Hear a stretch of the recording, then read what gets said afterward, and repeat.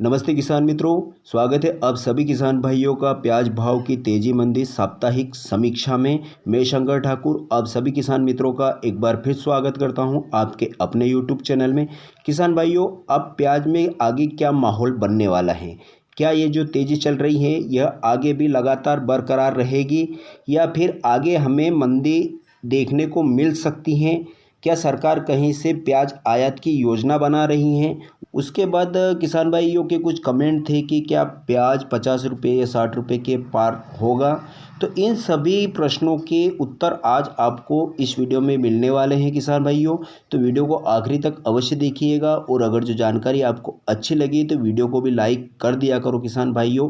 मुझे आपसे बस सिर्फ एक लाइक की आशा रहती है, तो आप वीडियो को लाइक कर दिया करो ताकि आगे भी यह वीडियो अन्य किसानों तक भी पहुंच सके। और अगर जो आपने अभी तक भी चैनल को सब्सक्राइब नहीं किया है तो चैनल को भी सब्सक्राइब अवश्य कर लीजिएगा। दोस्तों, सबसे पहले तो लहसुन और प्याज के सभी किसान भाइयों को बहुत बहुत शुभकामनाएं कि इस वर्ष हमें उम्मीद के मुताबिक अच्छे प्याज के और लहसुन के दाम देखने को मिल रहे हैं और आगे भी इसी प्रकार मां अन्नपूर्णा आप सभी किसान भाइयों पर अपना आशीर्वाद बनाए रखे। बस यही ऊपर वाले से दुआ करता हूं। अब सबसे पहले हम बात करते हैं किसान भाइयों आयात और निर्यात के ऊपर कि सरकार कहीं से आयात करने की योजना बना रही है क्या।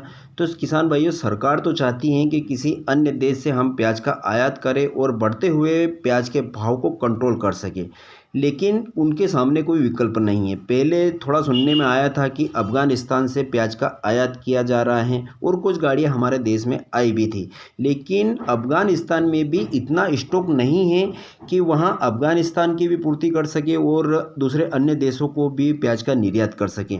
वहाँ जो अभी भाव चल रहे हैं 30 से 35 रुपये के समथिंग भाव चल रहे हैं और वहाँ भी बहुत कम मात्रा में स्टॉक बचा है। तो वहाँ की सरकार नहीं चाहती है कि किसी अन्य दूसरे देशों को प्याज का निर्यात किया जाए।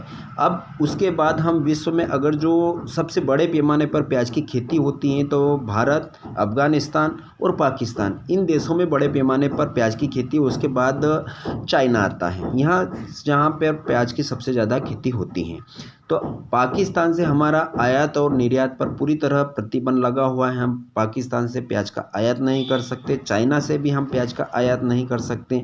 तो अब इस बात से तो किसान भाइयों आप बिल्कुल निश्चित हो जाइए कि किसी अन्य देश से प्याज का भारत में आयात होगा। यह हमारे सभी प्याज किसान भाइयों के लिए बहुत ही प्लस पॉइंट है। इस बात से आप बिल्कुल निडर रहिए। अब बात करते हैं कि अगर जो प्याज के दाम कम होंगे तो दूसरी बड़ी वजह कौन सी है। तो किसान भाइयों, कर्नाटक की जो फसल है प्याज की, वहाँ की फसल अगर जो आती है तो थोड़े बहुत प्याज में हमें भाव में कटौती देखी जा सकती है। लेकिन जिस प्रकार से लगातार कर्नाटक में बारिश हो रही है और वहाँ की फसलें ख़राब हो रही है, जो सुनने में आया है कि 30% वहाँ की फसलें जो है ख़राब हो चुकी हैं और जो कुछ अगेती फसलें थी जो निकलने को आ चुकी थी वह पूरी तरह ख़राब हो चुकी हैं और जो पीछे की फसलें हैं यूँ समझ लो कि वह 20 से 25 दिनों का समय और लेगी निकलने के लिए। तो हालांकि किसान भाइयों, हम नहीं चाहते हैं कि वहाँ ज़्यादा मात्रा में बारिश हो और वहाँ की प्याज की फसलें ख़राब हो जाए, लेकिन प्रकृति के सामने हम कुछ नहीं कर सकते, विवश हैं किसान भाइयों। वहाँ की अगर जो 25% फसलें ख़राब होती हैं तो मान लीजिए उत्पादन कम आएगा और उत्पादन कम आने से इतना कोई असर पड़ने वाला नहीं है कि भाव को कंट्रोल किया जा सके।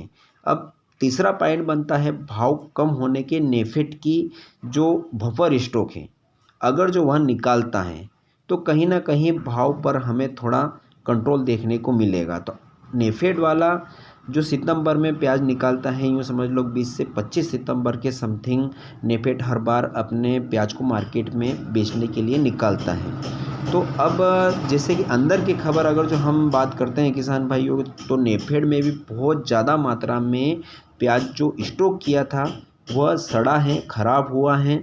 और इसी वजह से दोस्तों इस बार नेफेड ने 20 सितंबर की जगह 15 सितंबर से अपने प्याज को मंडियों में उतारने वाला है। और अगर जो नेफेड का प्याज मंडियों में आता है तो हमें 4 से 5 रुपए की मद्दी देखने को मिल सकती है। इससे ज़्यादा भाव को कंट्रोल नहीं कर सकता क्योंकि नेफेड के पास में स्टॉक बहुत कम है और वह थोड़ा थोड़ा माल मंडियों में लाएगा और लंबे समय तक वह चाहेगा कि हम भाव को कंट्रोल कर सकें। तो ज़्यादा मंदी नहीं आने वाली है, 4 से 5 रुपए की मंदी आएगी। तो यूँ समझ लो कि 15 सितंबर से अगर जो नेफेड प्याज को मार्केट में उतारेगा तो हमारे पास 20 से 25 दिनों का समय है। 20 से 25 दिनों के अंदर जो किसान भाई बेचना चाहते हैं बेच सकते हैं। और उसके बाद भी किसान भाइयों, जब तक नेफेड का प्याज मार्केट में चलता है तब तक भाव में 4 से 5 रुपए की मंदी रहेगी। और 20 से 25 दिनों के बाद वापस हमें प्याज बाज़ार भाव में तेज़ी देखने को मिलेगी, क्योंकि किसान भाइयों अभी नई फसल कहीं से भी आने वाली नहीं है। कर्नाटक की फसल की रिपोर्ट मैंने आपको दे दी, उसके बाद जो राजस्थान के अलवर साइड की जो प्याज की फसल आती हैं वहाँ बारिश नहीं होने की वजह से जो प्याज चुपाई होती है वह लेट हुई है। और अब कहीं जाके वहाँ पर बारिश हुई है और अब वहाँ प्याज की चुपाई प्रारंभ हुई है, तो वहाँ की जो फसलें हैं वह भी लेट आएगी। और भारत में भी कोई प्याज का ज़्यादा स्टॉक नहीं है। किसानों का भी माल जो है वह यूँ समझ लो कि 70 से 80% हमारे मध्य प्रदेश से निकल चुका है, यानी कि 10 से 15% राजस्थान में बचा है। और महाराष्ट्र में भी इतना कोई प्याज अभी बाकी बचा नहीं है। तो भारत में भी प्याज का स्टॉक कम है। लंबे समय तक हम उसको भाव को कोई भी कंट्रोल नहीं कर सकता है किसान भाइयों। तो आगे भी हमें प्याज के बाज़ार भाव अच्छे मिलेंगे जब तक कि नई फसल कहीं से नहीं आती है। तो आप सभी किसान भाइयों से मेरी एक यही सलाह है कि जो ये अभी भाव चल रहे हैं इससे अगर जो हमारे किसान भाई संतुष्ट हैं, उनको लगता है कि यह अच्छा भाव है, अब हमें प्याज को बेचना चाहिए, तो वह बिल्कुल बेच सकते हैं। और उसके बाद जिन किसान भाइयों का प्याज ज़्यादा मात्रा में ख़राब हो रहा है, काला फंगस आ रहा है, सड़ रहा है, तो वह भी थोड़ा थोड़ा करके प्याज निकालते रहिए। और जिन किसान भाइयों को प्याज अच्छे हैं, बेस्ट हैं, लंबे समय तक स्टॉक कर सकते हैं, तो वो बिल्कुल करके रख सकते हैं। आगे भी आपको प्याज के भाव अच्छे मिलेंगे। तो यह थी पूरी प्याज की साप्ताहिक समीक्षा। मैंने सभी पॉइंट को विस्तार से आपको समझाया है कि निर्यात के ऊपर भी आपको जानकारी दी है, नई फसल के बारे में भी जानकारी दी है। तो मुझे आशा है कि वीडियो आपको अच्छा लगा हो। और इसके बाद भी अगर जो आपके कुछ सवाल हैं, कुछ पूछना चाहते हैं, तो आप कमेंट के माध्यम से मुझसे पूछ सकते हैं। फिर मिलेंगे एक नए वीडियो में नए विषय के साथ में। जय जवान जय किसान, स्वस्थ रहिए, मस्त रहिए।